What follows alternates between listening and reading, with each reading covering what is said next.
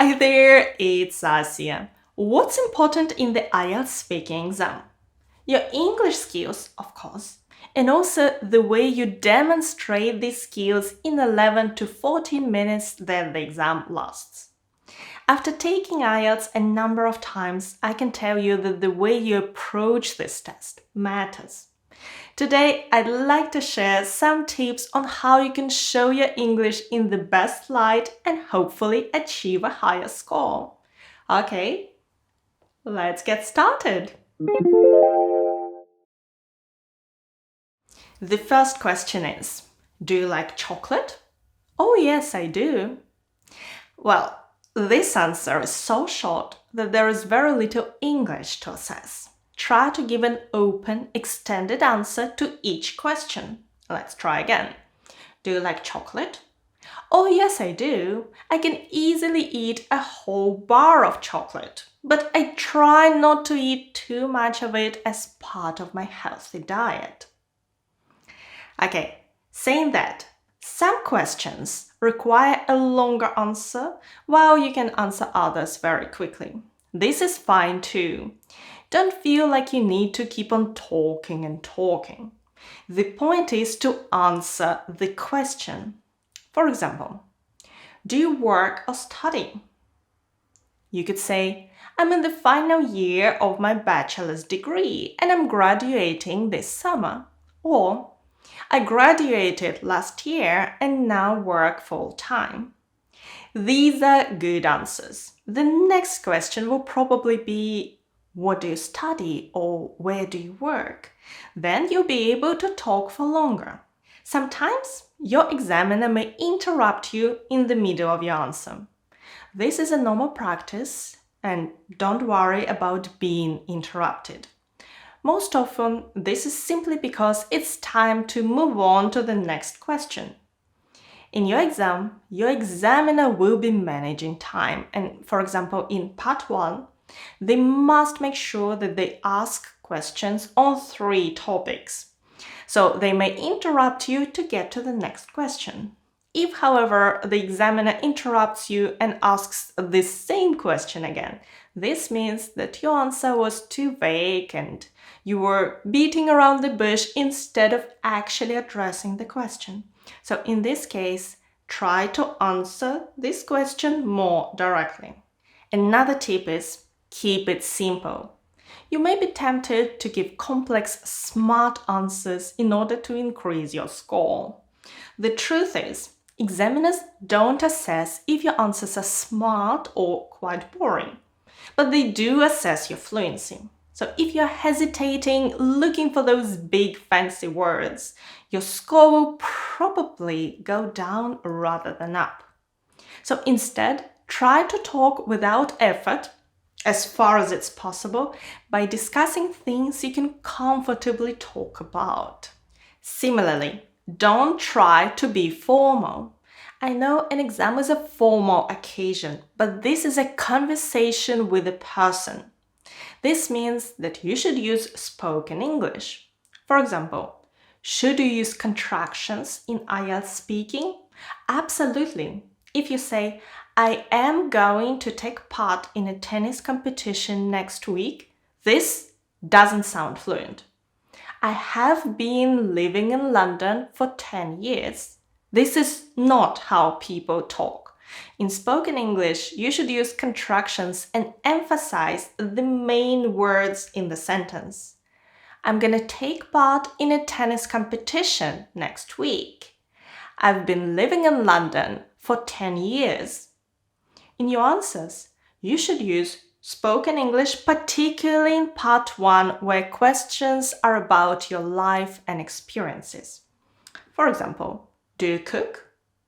Not until recently have I had an opportunity to cook, as I resided with my mother. This is not a good answer, even though the vocabulary is quite complex. Try to give a more conversational reply. Not really. Until recently, I lived with my parents and my mom is an excellent cook. Last month, however, I moved to the student residence and I guess it's a good time to get a cookbook. This answer is not less complex as far as vocabulary and grammar are concerned, but it sounds so much more natural, thus it would get a higher score. Right now, I'm gonna give an answer that contains a common mistake. Try to find what's wrong. Are you from a town or village? I was born in Almaty, the largest city in Kazakhstan, with a population of about 2 million people. Almaty served as the capital of Kazakhstan in the past, and it is still the main commercial and cultural center. This answer sounds like a Wikipedia article. Oops, actually, this is a Wikipedia article. Don't do that. Remember that you'll be penalized for using memorized answers because they don't show your English, they show your memory. So don't learn your answers. Give an answer similar to what you would say in real life.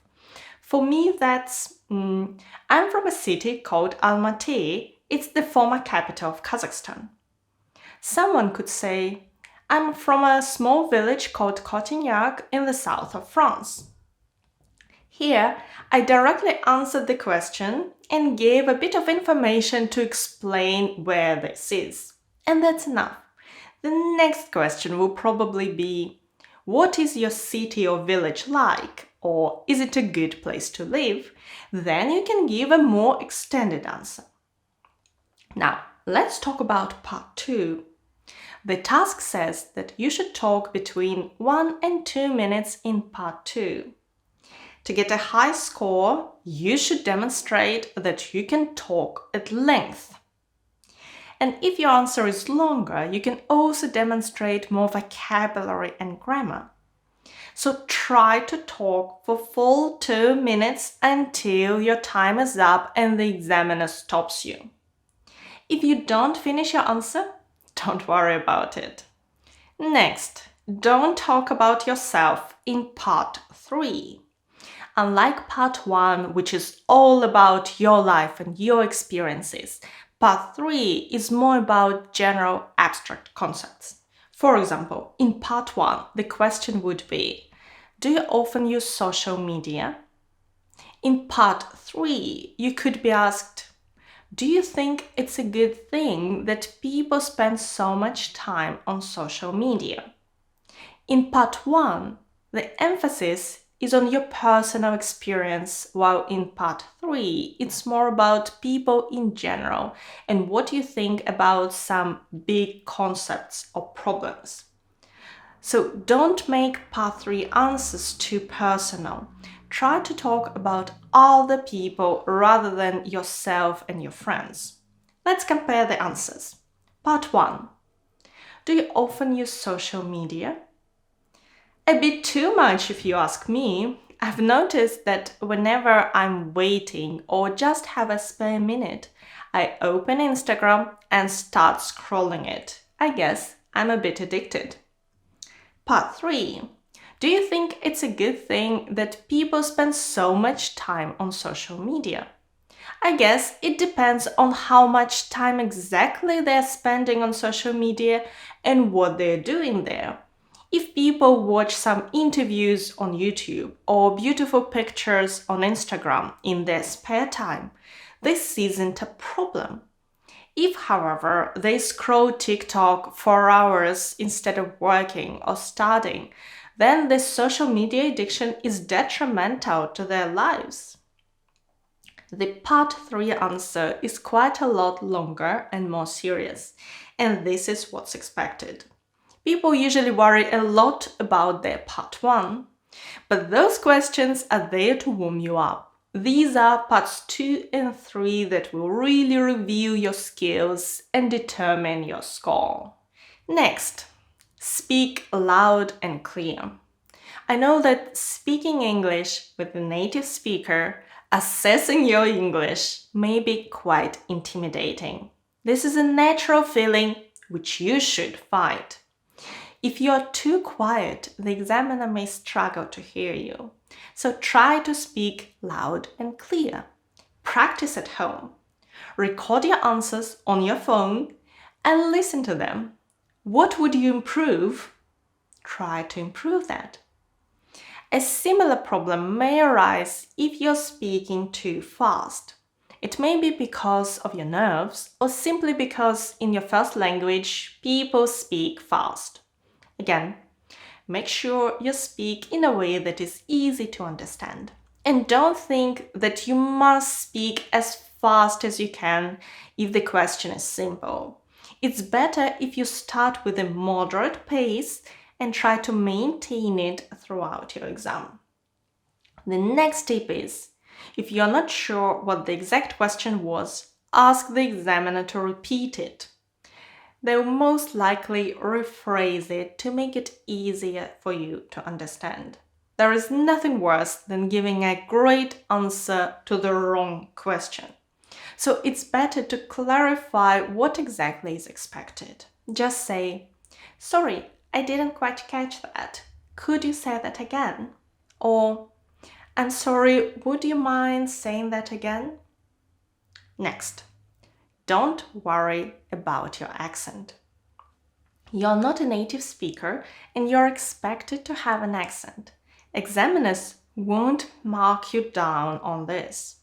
I actually recorded a mock speaking exam with a student from France who still has a noticeable French accent. However, this exam was assessed by a former examiner who gave him band 9 for pronunciation.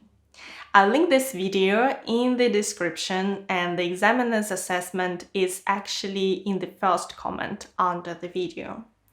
So what examiners will assess is if you pronounce sounds and words correctly and if you have the right rhythm and intonation. So if you have some time before your exam, try to mimic a native speaker. Find an interview or a TED Talk you like and repeat each phrase trying to imitate the intonation and rhythm.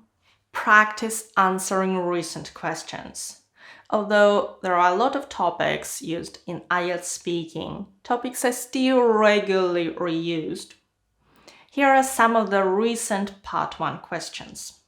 What trees are common in your country? Could you describe your favorite piece of furniture? Why is farming important? I'm sure if you practiced answering them at home, it would be easier for you to talk about them during your exam. I'm tracking recent topics in IELTS writing and speaking and putting them in the PDF guide, which you can download on our Telegram channel. The link is in the description. For Part 1 topics, you'll find questions and links to my videos with sample answers and vocabulary. One of those videos is actually on the screen right now, and the mock speaking test I talked about earlier. Thank you so much for watching me today. Good luck with your preparation and your exam. Bye!